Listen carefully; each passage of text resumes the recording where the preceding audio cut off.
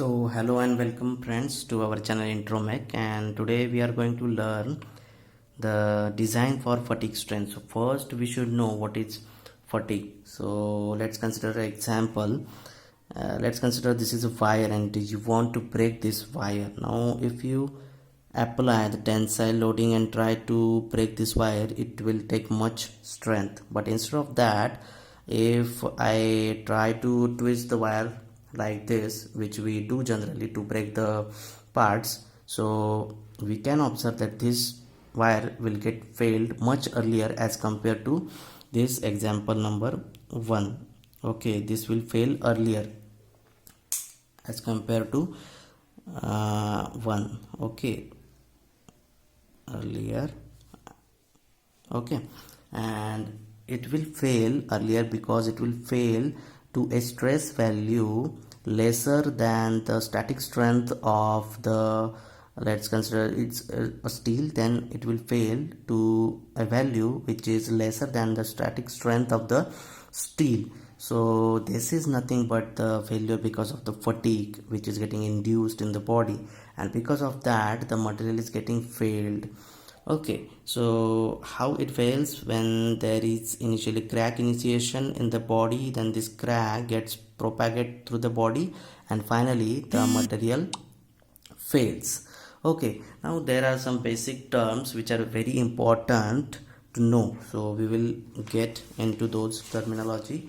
So first is mean stress. Okay, now when I say fluctuating stress, the stress values and magnitude can be changing. Okay, when I say fatigue, let's consider if a body is subjected to tensile load. Now the direction of the loading is same, that is tensile, but over the period of time the value is getting changed. So it has some maximum stress and it may have some minimum tensile stress. Likewise, if a body is subjected to compressive stresses, so it will have some maximum value of stress over the period of time and might have some minimum value of compressive stress over the period of time, or the body can be subjected to completely reverse loading. So we will going to see those things. First, consider this terminology. Okay, so the body will be subjected to some maximum value and some minimum value. Now first is sigma mean stress, which is denoted by sigma m, and it is nothing but the mean. It is a basic thing, so it will be the mean of this maximum stress and the minimum stress. Then we have a stress amplitude, so it is nothing but sigma maximum minus sigma minimum by 2. And then we have a stress ratio which is denoted by r. So 1 by r is sigma maximum by minimum, so we can write r as sigma minimum by sigma maximum. So this is nothing but the stress ratio. So these terminology is very important to consider the different types of loading. Now first let's consider the fluctuating stress.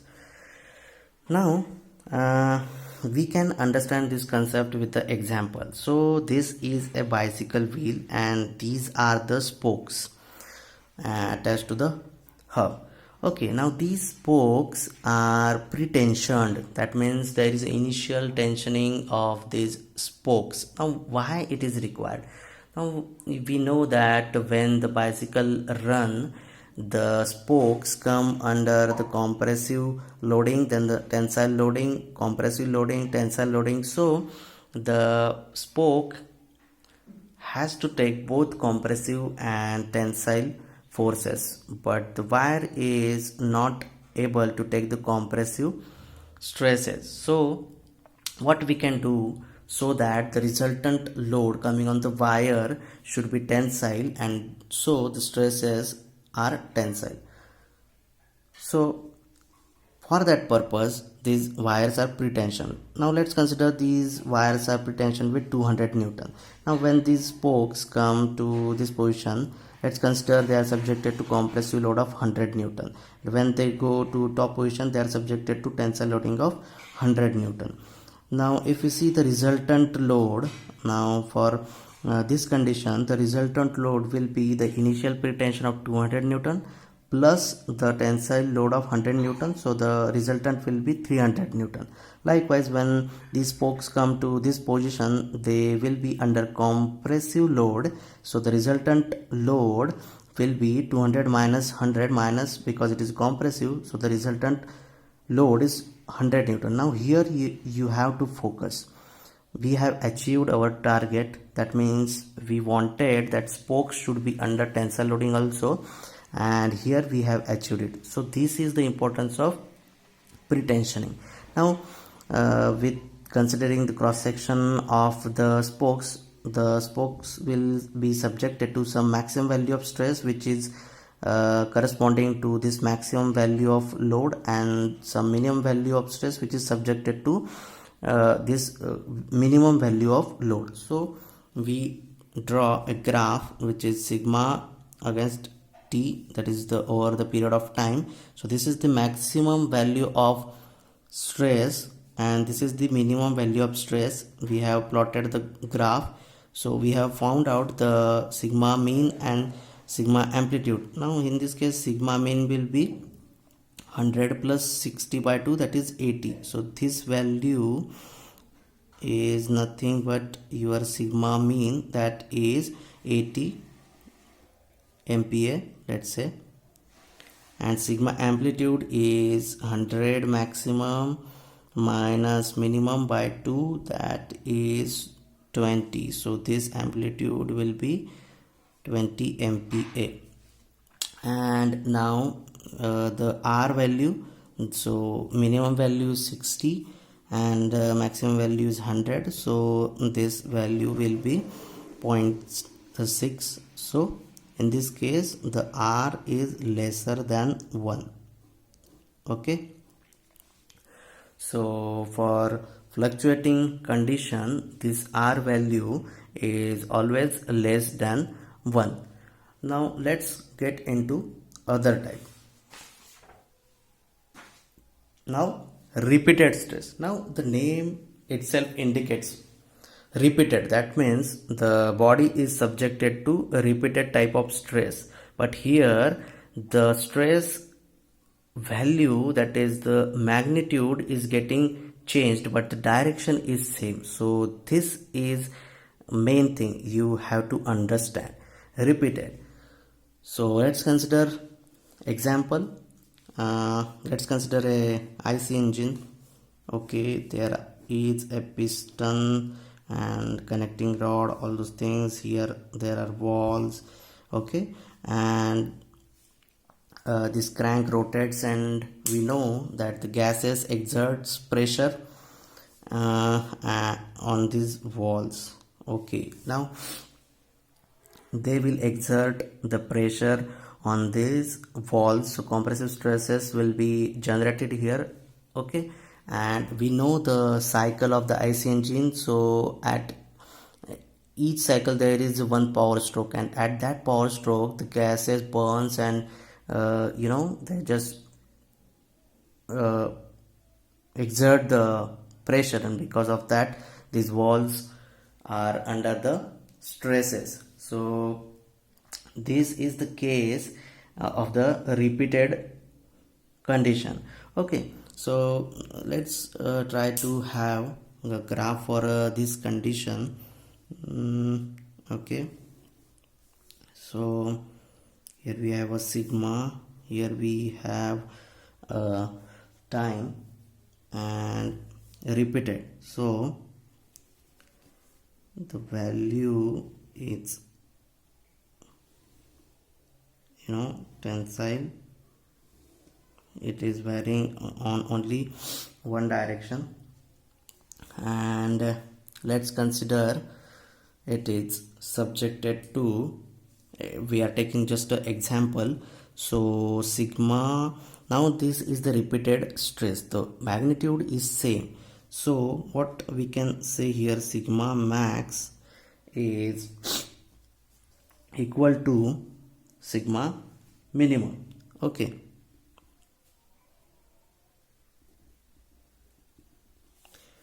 because it is repeated. So let's say sigma max is 100 MPa and sigma minimum will be 0. Okay, that means it is subjected from 0 to some higher value, and again sigma minimum will be 0. Sorry, that means in the cycle the initial value will be something, and after the period of time it is subjected to maximum value of stress. Again it goes down, it becomes 0. Then again when there is a power stroke, it goes to maximum value of stress. Okay, so the minimum value and the maximum value. Okay, so we can write here now sigma mean will be my 100 minus 0 by 2, so that will be 50, sorry, plus. Then sigma amplitude will be 100 minus 0 by 2, that will again be equal to 50, and we know R is sigma minimum by sigma maximum, so this will be 0. So in this case the R value is equal to 0 in case of repeated stress. Here we have a sigma mean and here we have sigma amplitude, and from these we can say that sigma mean is equal to sigma amplitude. So this is another important thing. So for a repeated stress, sigma mean is equal to sigma amplitude and the stress ratio is 0. Okay, now let's consider the third case, which is completely reversed stress. Okay, now what does it mean? Completely reversed. Okay, so if at one moment there is a tensile loading, at another moment there is compressive loading of same magnitude but the direction is opposite, that means completely reversed. One, I am rotating in this direction, at another moment I am rotating in this direction, but the magnitude of the stress is same. Okay, so completely, in case of completely reversed, the magnitude we can say is same but the direction is opposite.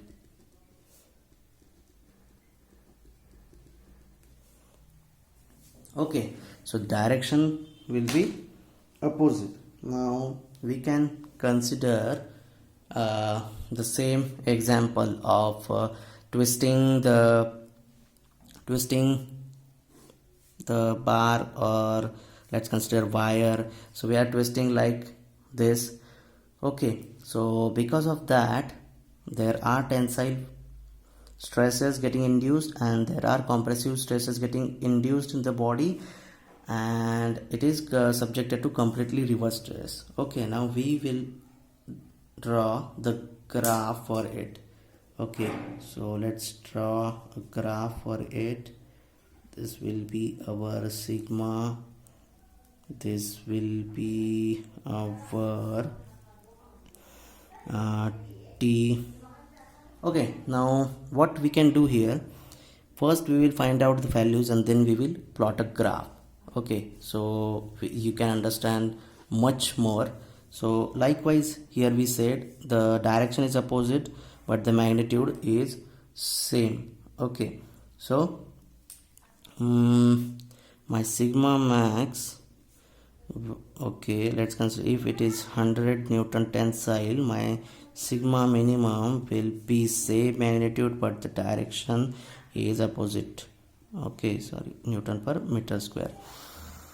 Okay, so this is the meaning of completely reversed stress. So now we have the values, so we can find out sigma mean. So sigma mean is sigma max plus so this is minus by 2, so this is equal to 0.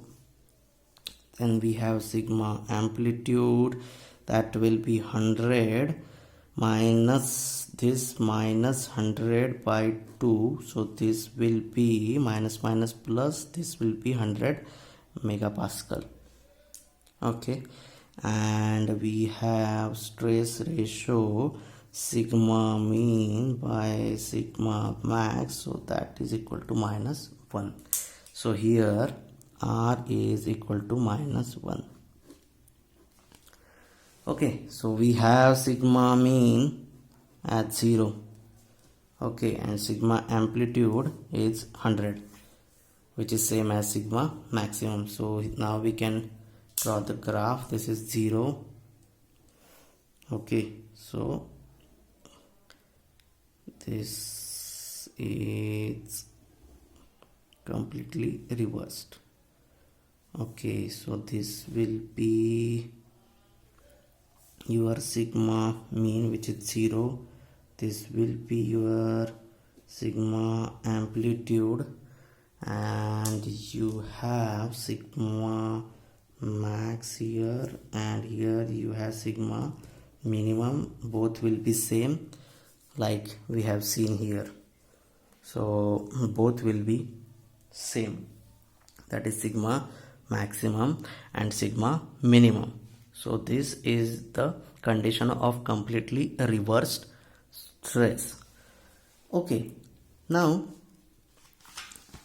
the important thing is how we can find out the fatigue strength or endurance limit of any material. So up till now we have seen what is the fatigue strength, what are the different loading conditions, and what are the different terminologies. So how this fatigue strength or endurance limit is calculated. So for that we have a specimen, and let's consider steel material, and we have a specimen which is subjected to okay so it is, let's consider it has been holded here, and now here let's consider there are bearings. Okay, and then here it is a coupling which is connected to, let's say, consider a motor which is trying to rotate the shaft. Okay, and at the same time we are applying axial loading at the center, let's say Fx, and here we have some provision to measure the RPM of the shaft, or we can say number of cycles. We are interested in number of cycles. Okay, so this is the axial force which is applied on the shaft. At the same time this shaft is subjected to rotation, that is the torsion.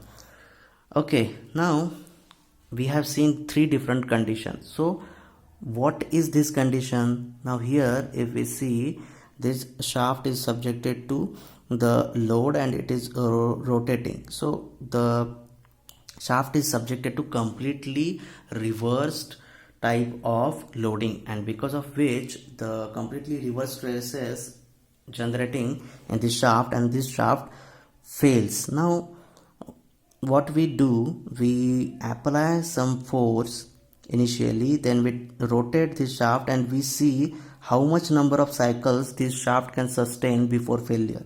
Then we go for x1, x2, x3, we go on increasing the value of this axial load, and we get different n1, n2, n3. Okay, that means we can write it into a chart. Okay, so this will be your force and this will be your n. So we have x1, x2, x3 and corresponding n1, n2, n3. Now it is you know obvious that I am when I am going to increase the load, this n value reduces. What does it mean? That if I am going to increase this f value, the number of cycle at which the shaft is getting failed is reducing. Okay, and from this data we plot a graph which is called as SN curve, which is nothing but n. We have here n number of cycles, and here we have sigma amplitude. So this is called as the SN curve.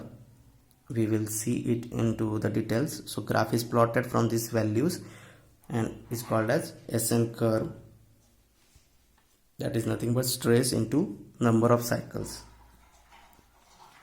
Okay, so from the data which we have obtained, we draw a graph. Okay, so the graph will be like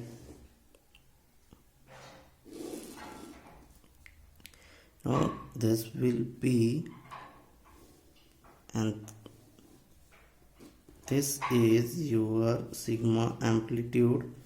Okay, and this is your number of cycles. Let's say this is 0, let's say this is 10 raised to 6. Okay, this is your SUT, ultimate strength, and you will be having the endurance strength of the material.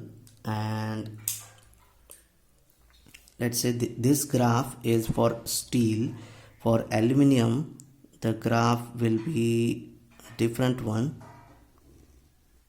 Let's say, okay, so this is 10 raised to 8 and this is 10 raised to 6. So for different materials, again this graph will be different. And if we divide this graph into parts, so this is called as low cycles, low fatigue cycle.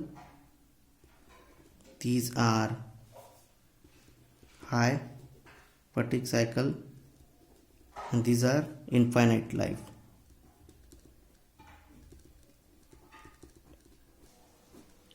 Okay, this is low cycle, then this is low cycle fatigue region, this is high cycle fatigue region, and this is the infinite life. Okay, for the material. Now we can see this graph becomes asymptotic, that means it becomes horizontal at 10 raised to 6 cycles for steel. So this is for steel and this is for aluminum.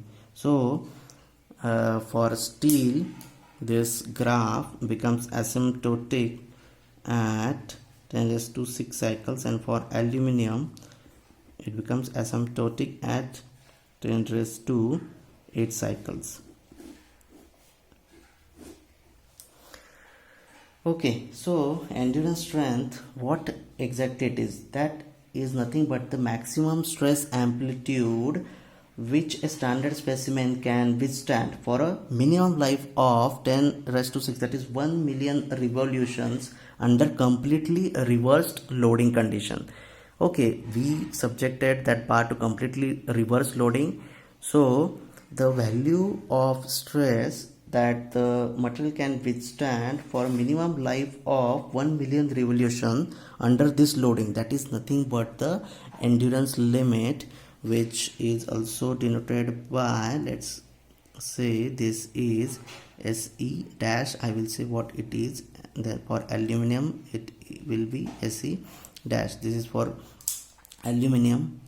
Okay, and this is for steel. So that is our endurance limit. Now this endurance limit, we have a low cycle, we have a high cycle, and we have an infinite cycle. Now where we have to design the material for low cycle fatigue life, high cycle fatigue life, or infinite life, this is also important. We can't design all the materials or all the designs in this infinite life. Let's consider one example. If you take a matchstick,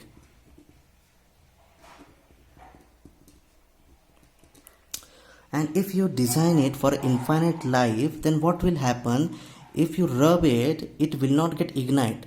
But what we want to ignite the matchstick as early as possible. So we have to design it for the low cycle.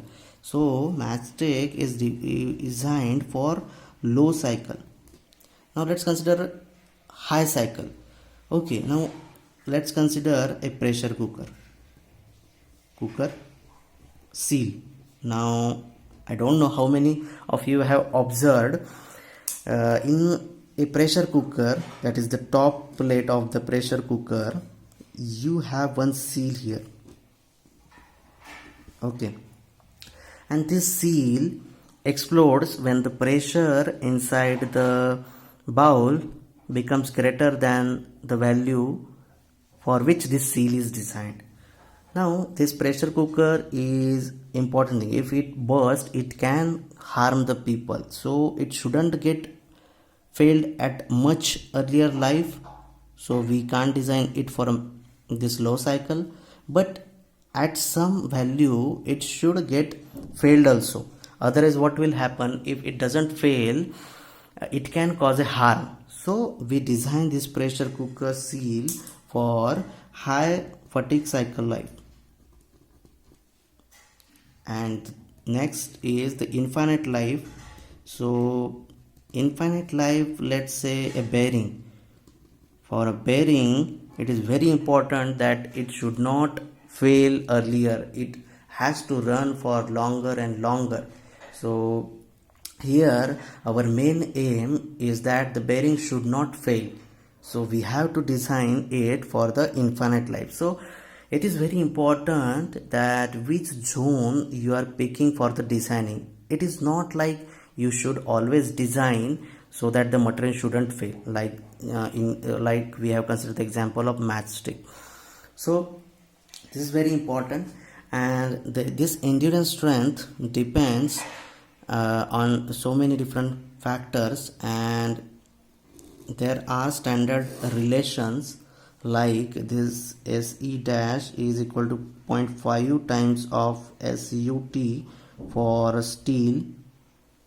Okay, so for steel it is 0.5 times. Then for cast iron it is 0.4 times, and for other non-ferrous alloys it is 0.3 times.